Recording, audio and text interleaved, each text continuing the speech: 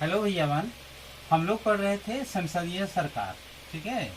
और संसदीय सरकार के अंतर्गत बहुत सारा हम लोग पढ़ लिए थे, जैसे लोकसभा, राज्यसभा, राष्ट्रपति, प्रधानमंत्री, ये सब पढ़ लिए थे, ठीक है। आज हम लोग पढ़ेंगे कि संसदीय सरकार में किस तरह कानून बनाया जाता है ना।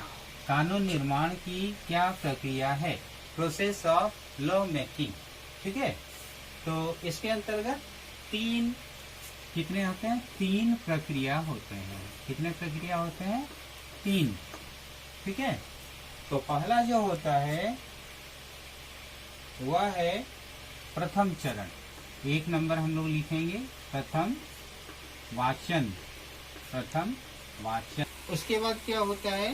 द्वितीय वाचन में जो विधेयक से संबंधित पर्ची में उल्लेखित बातों पर चर्चा या बहस होती है कि ये जो पर्ची में उल्लेखित बात है, मुख्य बात है, उसे वह लोगों के लिए हितकारी होगा या अहितकारी होगा, है ना। सरकार के लिए हितकारी होगा या अहितकारी होगा, ठीक है।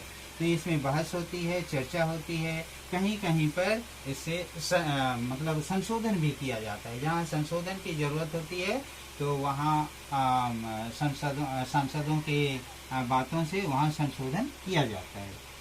लास्ट में जो अंतिम वाचन है, अंतिम प्रोसेस है, वह है तृतीय वाचन। इस तृतीय वाचन में क्या होता है कि द्वितीय वाचन में जो रॉ मटेरियल आया था उसको पुनः उसका सार चीज उसको जो संसाधित मतलब संशोधन करके जो आया उसको फिर से प्रस्तुत किया जाता है। फिर संशोधित तथ्यों को भी शामिल कर लिया जाता है। इसके बाद यहाँ मतदान दिया जाता है। यहाँ फिर क्या होता है? मतदान होता है। अंतिम क्षण में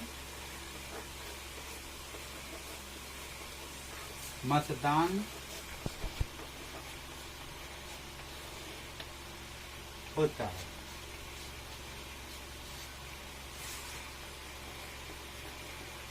अर्थात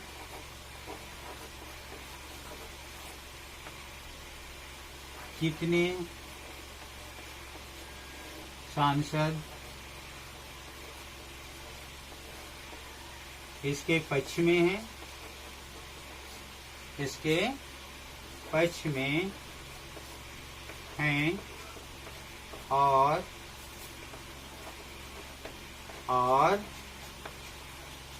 कितने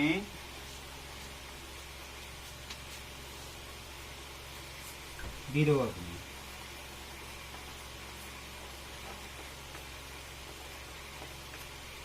ठीक है। तो अगर बहुमत मिला तो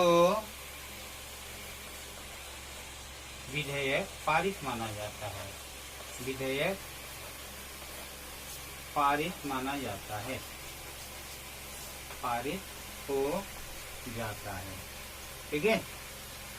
देख लो एक बार फिर से कानून निर्माण की प्रक्रिया, ठीक है। हम लोग पढ़ रहे थे और इसमें देखे 3 प्रक्रिया होती है। कितनी प्रक्रिया? 3 प्रक्रिया। पहला है प्रथम वाचन, ठीक है। इसमें क्या होता है कि प्रथम वाचन में जो विधेयक जिस पर विधि बनने वाला है, कानून बनने वाला है, उसका लिखा हुआ जो पर्ची है सबको सांसदों को बांटा जाता है, ठीक है। और जिसमें मुख्य बातें लिखा हुआ रहता है। ये हो जाने के बाद द्वितीय वाचन शुरू होता है। द्वितीय वाचन के अंतर्गत क्या होता है कि विधेयक से संबंधित पर्ची में उल्लेखित बातों या पर चर्चा या बहस होती है। बातों पर चर्चा या बहस होती है ना।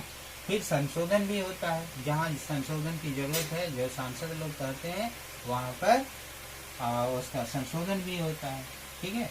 इसके बाद जो अंतिम प्रोसेस है वह है तृतीय वाचन। द्वितीय वाचन का सारांश पुनः प्रस्तुत किया जाता है। संशोधित तथ्यों को भी शामिल कर लिया जाता है ना। अंतिम क्षण में मतदान होता है। अगर ये मतदान पक्ष में हुआ, यानी कि विधेयक के पक्ष में अधिकतर सांसद लोग वोट दिए, तो वह क्या होता है, कानून पास हो जाता है ना। और कानून पास हो जाने के बाद वह कहाँ चल जाता है, दूसरा सदन में, दूसरा सदन में जाता है, ठीक है। और वहां भी यही चीज दोहराया जाता है ना। तो यही चीज दोहराने के बाद जब यहाँ भी पारित हो जाता है, पारित होकर ये कहाँ जाता है, राष्ट्रपति के पास जाता है, राष्ट्रपति, ठीक है, राष्ट्रपति के पास। और राष्ट्रपति अगर इसको मुहर लगा देते हैं तो वह क्या बन जाता है, कानून बन जाता है, ठीक है।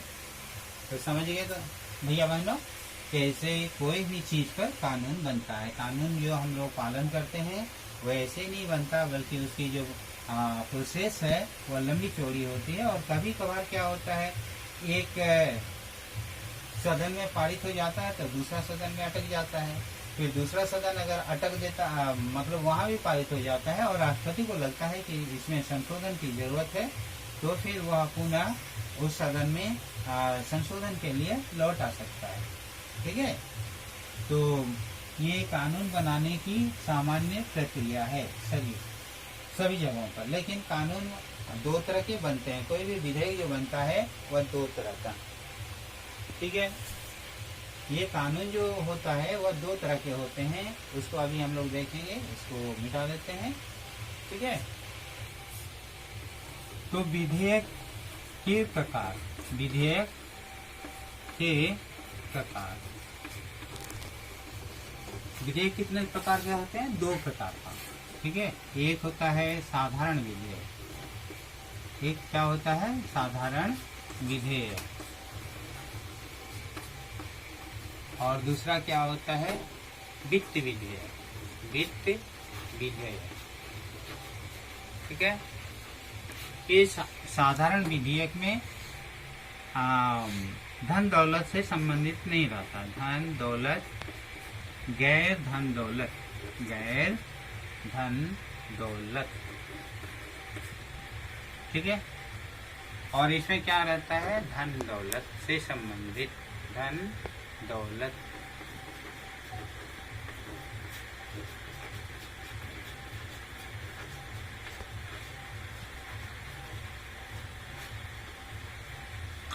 तो साधारण विधेयक जो है कोई भी सदन से शुरू हो सकता है, कोई भी सदन से प्रारंभ हो सकता है, प्रारंभ हो सकता है। और ये क्या होगा, ये वित्त विधेयक कहाँ से होगा, लोकसभा से ही शुरू होगा, लोकसभा से ही प्रारंभ, ठीक है। तो बस इतना ही, समझ गया ना। इसके बाद दूसरे दिन हम लोग फिर इस पर चर्चा करेंगे, ठीक है। तो हम लोगों ने देखा कि विधेयक कितने प्रकार के होते हैं, दो प्रकार का, एक है साधारण विधेयक और दूसरा है वित्त विधेयक। साधारण और वित्त विधेयक में अंतर क्या है कि साधारण विधेयक गैर धन दौलत, रुपया पैसा के बिना वाला जो होता है वह होता है, और ये किसी भी सदन से प्रारंभ हो सकता है। लेकिन वित्त विधेयक धन दौलत से संबंधित है और यह सिर्फ और सिर्फ लोकसभा से ही प्रारंभ होता है, ठीक है। तो दूसरे दिन हम लोग पढ़ेंगे कि कानून के जो है उनको कितने भागों में बांटा गया है, कोई भी विधेयक किस लोकसभा बना, मतलब केंद्र सरकार बनाएगी या फिर राज्य सरकार बनाएगी, है ना। उस शक्ति का बंटवारा कैसे किया गया है ना। उसको ऐसे पढ़ लेंगे कि संघ सूची, राज्य सूची और समवर्ती सूची अगला क्लास में होगा, ठीक है।